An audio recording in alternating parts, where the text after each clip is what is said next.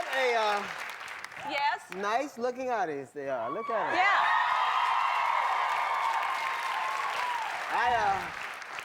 I saw some of them dancing earlier. Yeah? What do you think? I don't want to tell you. Yeah. This is like a white soul train, ain't it? Yeah. This is great. But I can't dance. So. Yeah. I know. Look at the white people. Really? Yeah. I can't Do you not dance, really? Any grown man know how to dance got too much time on his hands. Nuh-uh. You don't see a good dancer with a good job. You ever see that? Yeah. Yeah. If a guy dances real good, he don't work. That's all it is. So, I think you make time for dancing. I think it's important. It's a freeing of the soul. No, No? You know, I have no rhythm. See, a black dude with no rhythm, but I got good credit. Yep, I'm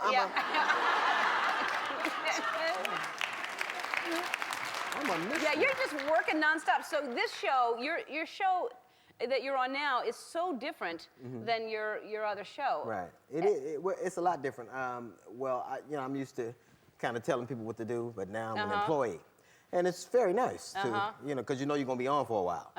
But it is, Aaron is really passionate about the word, so you have to like say every word and because everything is really dependent on, each structure. So we have to make sure we say every word. It was a tough adjustment. I heard that, because as a comedian, especially when you're doing your own show, it's kind of written, but then you just go off, you do whatever you want.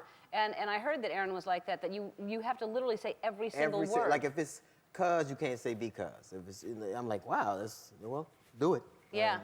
So you do it, but it's you can see why, because I think, I've never worked with anybody who was that talented.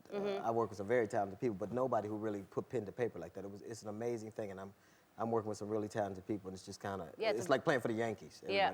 It's a brilliant cast. It's really, great, and it's well written. It is a lot of fun. But it's a lot of hours, right? Yeah. How many hours a day? A whole lot. I mean, like the first time we were working on the pod, it was like 16 hours. I'm like, damn, what is this, the post office? What am I doing here? I don't work 16 hours a month doing stand-up, but it was a lot of hours. But I think that what happens is that I had to, I'm so used to things happening much faster, and stand-up is so immediate. It's like Polaroid versus getting your pictures developed. So it took some getting used to, but I'm really having time. I'm having time in my life. Yeah. I want to talk about this because I didn't know this. I just learned this about you today. You were born and raised in L.A., and you were a gang member for how long?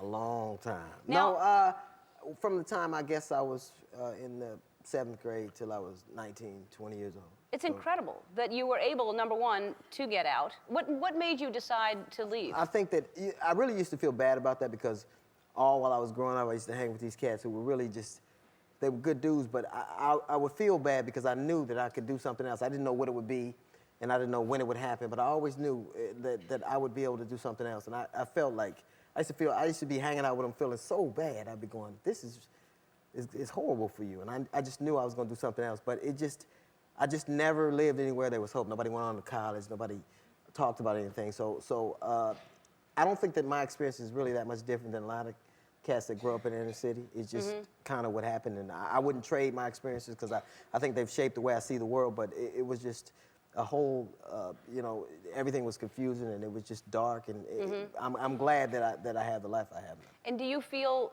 safe? Do you feel like, because you were a member of this gang, do people know who you are? Do you still, like, if you're in that area, do you...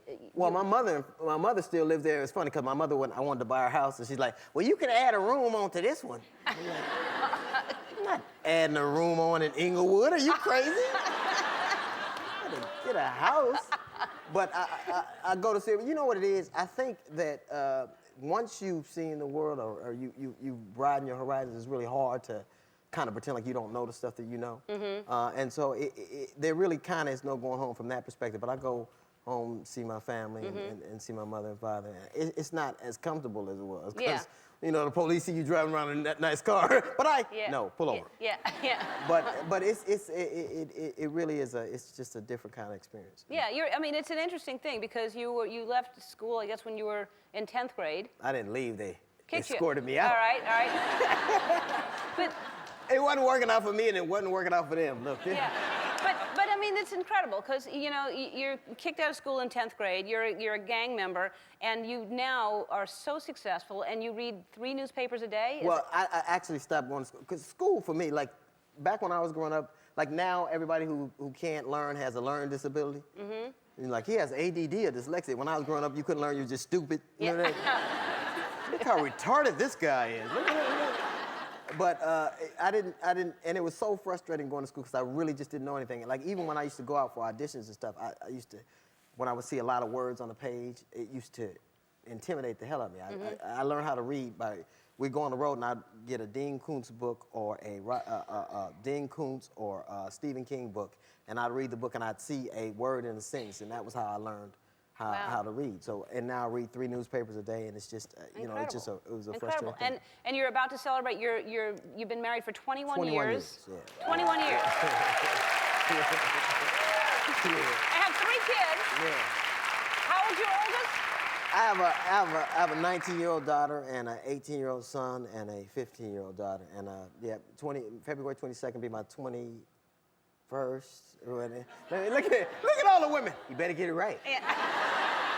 But it'll be my 21st wedding anniversary, so that's fantastic. It's her anniversary. I'm just gonna show up. Yeah.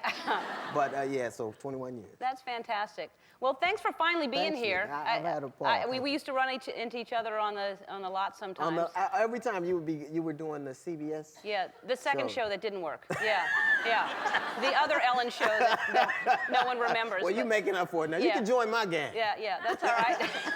Well, I'm so happy for your success. Thanks for being here. Come back. Thank you very much. All right, Studio 60 on Sunset Strip airs Mondays at 10 o'clock on NBC.